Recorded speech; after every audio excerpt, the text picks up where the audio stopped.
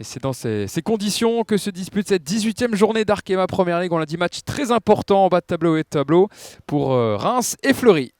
Moi, il a l'air d'être vachement soutenu par, en tout cas, Frédéric Biancalani, qui lui ne parle que du sportif. Et justement, elle va avoir ce ballon. Erin Fontaine, elle est passée sur son crochet. Erin Fontaine qui va tenter sa chance. C'est l'arrêt de Manon, la main ferme de la portière pour repousser cette tentative de la gauchère. Ah, c'était bien fait le 1-2 et ensuite la prise d'initiative. Justement, c'est elle qui tente la tête là, sur ce centre. C'était un peu compliqué pour Fontaine. Et Marine Daffer le récupère. Encore le pied gauche cette fois de la capitaine. Oh, cette frappe qui ne passe pas loin de trouver la lucarne de Manon. Mais là, cette fois, voilà la première occasion franche des Lyonnes. Oui, on sent tout de suite le pressing intensif de la part de Reims. Ngok qui se retourne pour voir si c'est un pressing collectif. Elle est passée à Aïssata Traoré, le centre, la reprise, pourquoi pas la barre transversale trouvée par Marine Daffer, sauver les Rémoises par leur montant. Alors ce ballon, je crois, a retouché ensuite Manon Hale, qui est resté un petit peu étourdi par cette frappe, mais quelle était belle cette frappe de Marine Daffer. Ça arrivait très vite, Marine Daffer qui est pleinement dans sa qualité là, avec cette qualité de frappe. En plus, le ballon qui saute un tout petit peu avant, donc qui lui permet justement de pouvoir frapper bien dans l'air. Mais je pense qu'elle reprend le ballon, tout simplement dans la tête. Est-ce que c'est le cas? Peut-être. Et oui. Et ça sera pour Marine Daffer. Dans la boîte avec la tête, pourquoi pas. Et la parade de Manon Hale, encore une fois obligée de se déployer pour enlever ce ballon qui prenait le chemin des buts. Elle était cadrée, cette tête. Et encore une fois, la main ferme de Manon Hale. Et encore à l'initiative, tout simplement, de Marine Daffer qui est capable de déposer tout simplement ces ballons. On le voit encore, très tendu. Là, on a Charlotte Fernandez qui fait un pas en arrière pour pouvoir... Elle est très difficile, cette tête. C'est vrai que les années précédentes, elles ont plutôt montré un visage conquérant.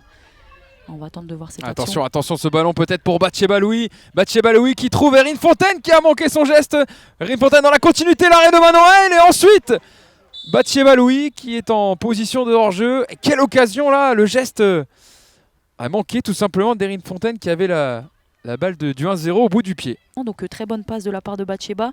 Et on a l'impression que non, elle se loupe complètement en fait. Le ballon il lui passe à côté du pied. Elle essaye de se rattraper, mais Manon est présente. Donc on en reste sur ce score de 0-0 à la pause entre le Stade de Reims et Fleury. Pour l'instant, les meilleures occasions ont été pour les Floriacumoises. Et aussi, elles sont tombées face à une grande Manon Hale qui a repoussé les différentes tentatives. Pour l'instant, Alexandra Collin qui fait preuve de souplesse sur les cartons. Peut-être aussi pour ne pas envenimer le match et que ça ne dégénère pas avec des cartons rouges. Attention à cette passe manquée, cette relance de Constance Picot qui a bien failli réussir à Jade Nassi sur son pressing. Elle a grosse frayeur dans la surface de Constance Picot. Ça aurait pu coûter très cher. Oui, parce que chacun veut prendre le monopole de la situation. Donc... c'est des choses récurrentes.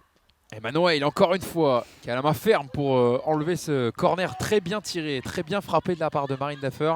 Il faut le dire, ils sont toujours dans les bonnes zones, ces corners ou ces coups francs. Et il faut toujours l'intervention de la gardienne pour éloigner le danger. Ils sont très dangereux parce qu'ils sont de qualité. Et c'est vrai qu'elle est vraiment bien dans son match. En laissant beaucoup de profondeur derrière. Attention parce que Kalba, ça va vite et Sangaré aussi. Bien fait le tacle là de... Monique Ngok, attention ce ballon perdu, Erin Fontaine qui peut tenter sa chance, mais... Alors, est-ce qu'il y a un but? Il y a une petite situation de confusion, mais il y a bien le but d'Erin Fontaine. Et le FC Fleury 91 qui griffe une première fois dans cette partie. But extrêmement important. Alors sur fond un petit peu de contestation, parce qu'on a l'impression qu'elle était hors jeu. Erin Fontaine. On le voit, face à la situation dont vous parliez tout à l'heure, cette solidarité un petit peu d'équipe, qui sont très contentes pour elle. Alors pourquoi il a constaté? Non, Léa Notel, elle remet en jeu Erin Fontaine, puisque c'est une Rémoise qui touche en dernier ballon, donc il n'y a pas de situation, il n'y a pas de hors-jeu. Conserver ce score. Allez, le coup franc, c'est bien fait, il y a du monde dans la surface. Attention pour Monique Ngok, qui est pas loin d'égaliser sur ce coup franc. Le ballon, dans un deuxième temps, repris par la Camerounaise. Alors, on n'est pas passé loin de l'égalisation pour le Stade de Reims. Maïté Boucli. Le centre de Maïté Boucli, à la tête de Anaïk Butel, ça revient dans les pieds, la frappe de Lamine Mana. Attention parce qu'elle était seule sur ce second poteau. Ça fait plusieurs situations coup sur coup là, pour les Rémoises qui mettent la pression dans ces dernières minutes.